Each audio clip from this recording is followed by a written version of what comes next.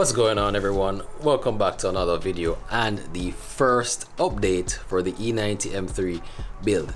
Now, before I start this video, I do want to apologize for the delay in updates. I've just been dealing with a few other projects on the side, and also I've been taking the time to research a ton on all the parts I'm going to need to get this build started. So not much has been going on behind the scenes, so I will show you guys kind of what we have done so far, which is not much, so don't worry, and just talk about some of the future plans that I have for this build. So let's get started.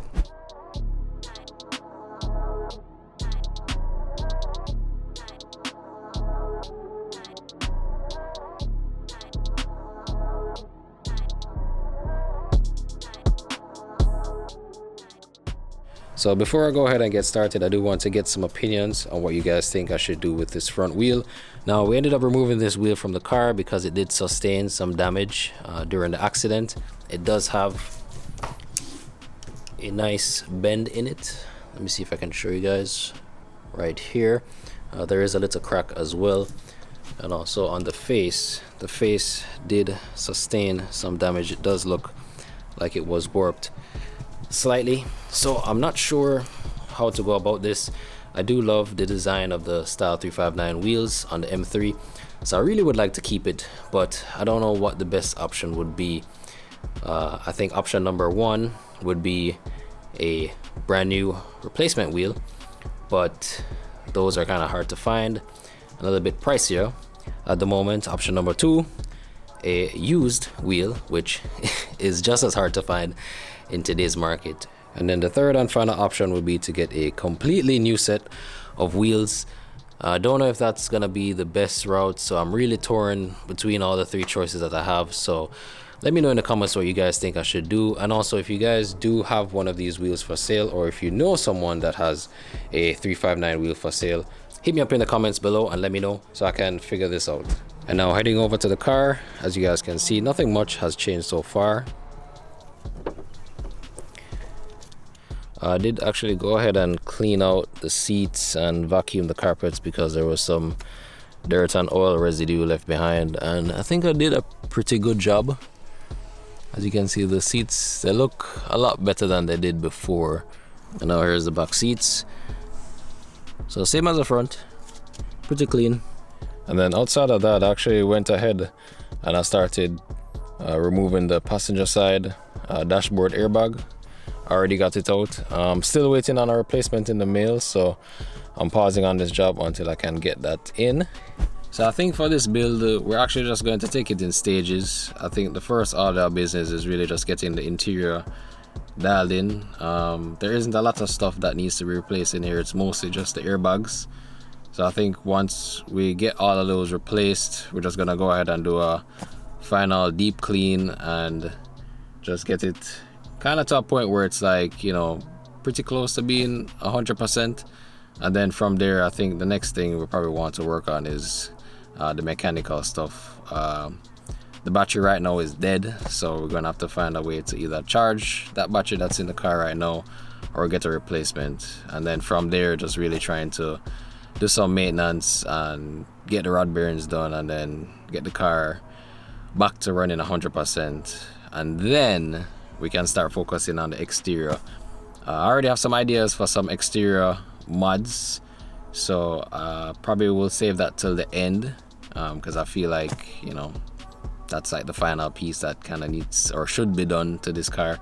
It's really gonna be a process, so like, you know, we're really trying to just take it one step at a time. I've been gathering some parts and figuring out, you know, costs for everything, because, you know, it's not gonna be cheap, but, you know, I'm trying not to make it super expensive, and I'm trying to, you know, show you guys that like you can get some of these cars for a really good price if you really know where to look and how to look. So that's kind of how we're gonna base it. So right now there's actually a couple other things that I want to button up, so let's just jump into that right now. So here's a replacement airbag that I got in the mail. In terms of airbags, you do have to be careful when you're buying used online, because sometimes some sellers like to remanufacture these, and you never know what type of components they're using, or if the airbag has any form of recalls or anything of that nature. So to avoid that, I went ahead and I purchased a new one.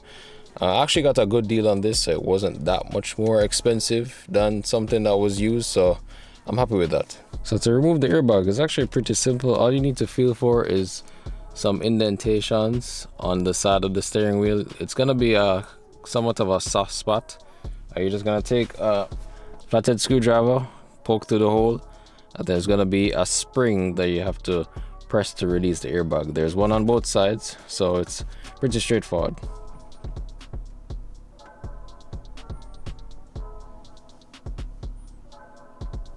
Alright, so to make this a little bit easier, I actually went ahead and straightened the steering wheel. I already popped the pins on the inside, so and on the back you'll see 2 airbag connectors. Now with these you have to be very careful because it's easy to break them. Now to release, all you have to do is flip up on the back side like so, and then you just gently pull out, and that's it. So let's do it for the next one. So lift up on it slowly,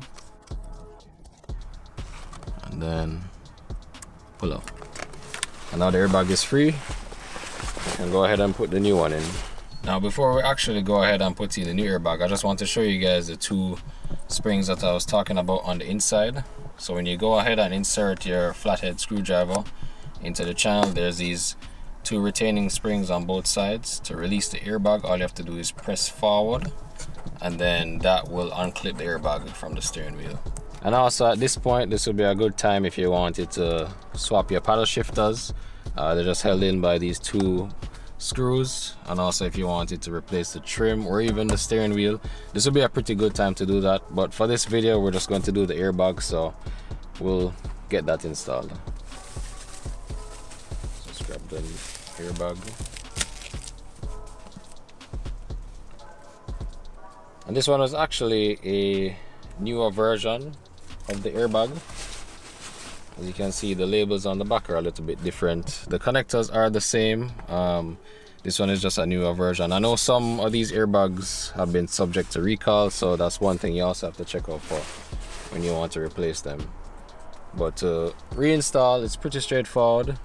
You just pretty much go in a reverse order of disassembly. Yep.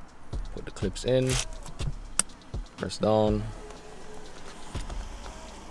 get this clip in, press down like so, and then you just want to get these 2 prongs into the channels that the springs are.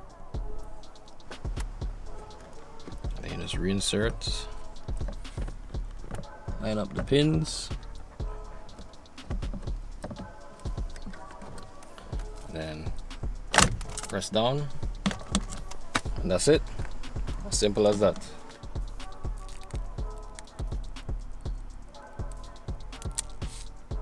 Yeah, that's very satisfying.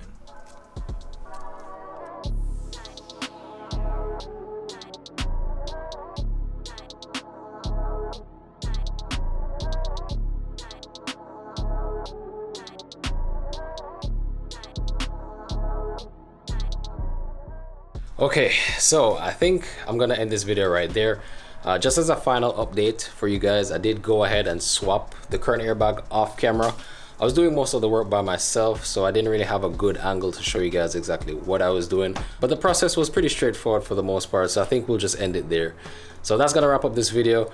Stay tuned for more updates. I will try to give you guys more updates more frequently on this build, because I definitely want to get this build off the ground and going for next season, because this car needs to be ready and driving by early next year. So we have a lot to do.